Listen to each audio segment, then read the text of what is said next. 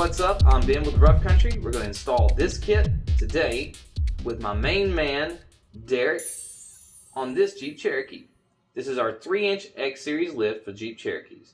The first step in this lift kit is to read the instruction, as you see Derek do it. But I want to point out, back page, there's some nice add-on sales, some things you guys need, like this magic hat that ensures all your bolts come out with no problems. Nothing breaks, nothing's rusted. Get a magic hat, call us. First step is to remove the upper shock hardware. Now we do that first because once the vehicle's lifted on the rack, it's hard to get to that location. Then we pull our wheels and tires off. We're going to remove the lower shock hardware. Now with the lower shock hardware removed, we can pull the whole shock out. We move to our next step, which is to drop the sway bar from the unibody. The reason we drop from the unibody is this kit uses a sway bar drop bracket instead of sway bar links. Now you'll see here where he's tightening up the sway bar drop bracket. He's not going to tighten those up all the way. He's going to leave them a little loose because we'll have to slide that around later.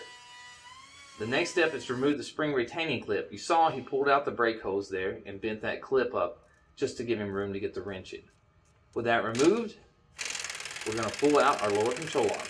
So now he's loosening all the bolts, removing the hardware holding them in. He's going to take out the upper bolt first. And you'll see he's going to swing that down.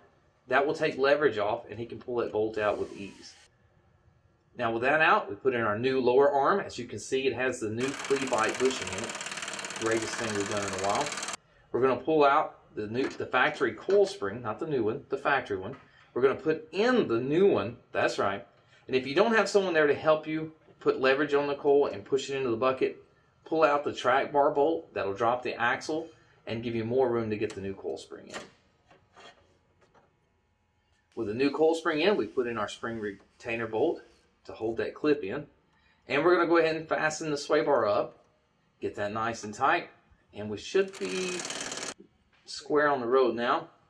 Last step on the front, and guys, I just want to point out we're at 2.5 minutes right now, and we're almost through with the front. He's going to go ahead and put in the lower bolts, and this is a nitrogen charged shock.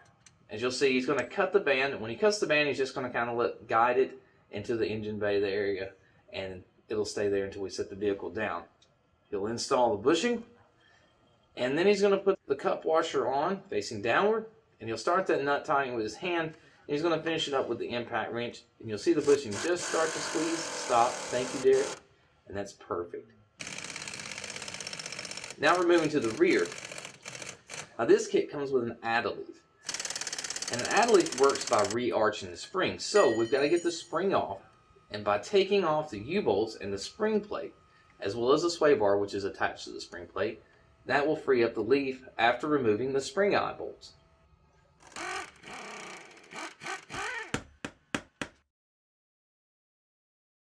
With the spring eye bolts removed, we're going to take the leaf off, carry it over to the workbench area where we'll put in our add-a-leaf.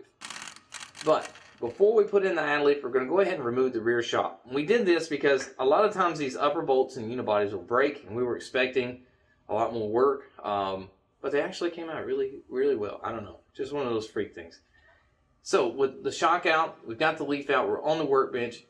We're going to remove the spring clips.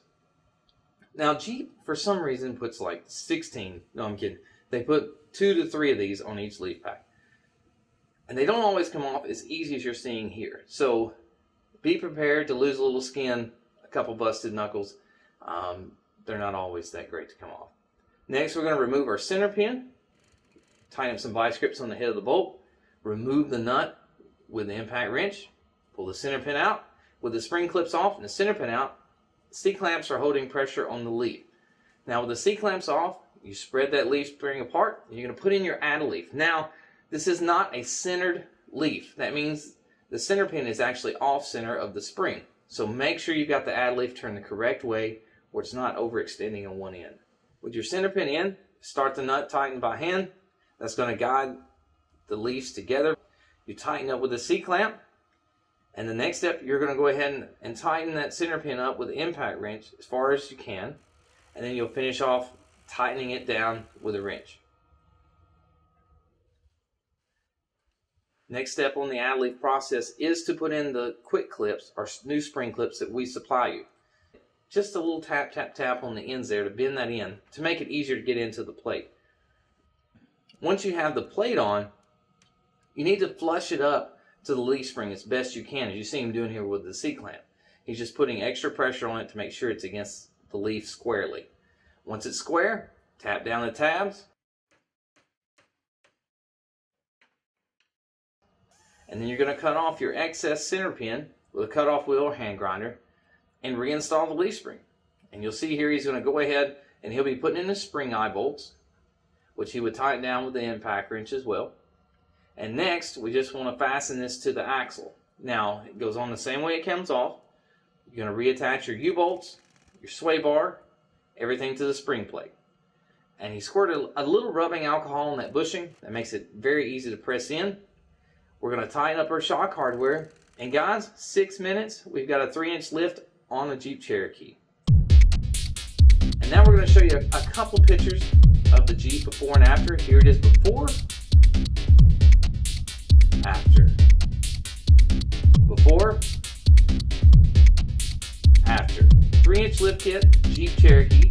Again, I'm Ben with Rough Country Suspensions. Thanks for watching, and please tune in for more video installs.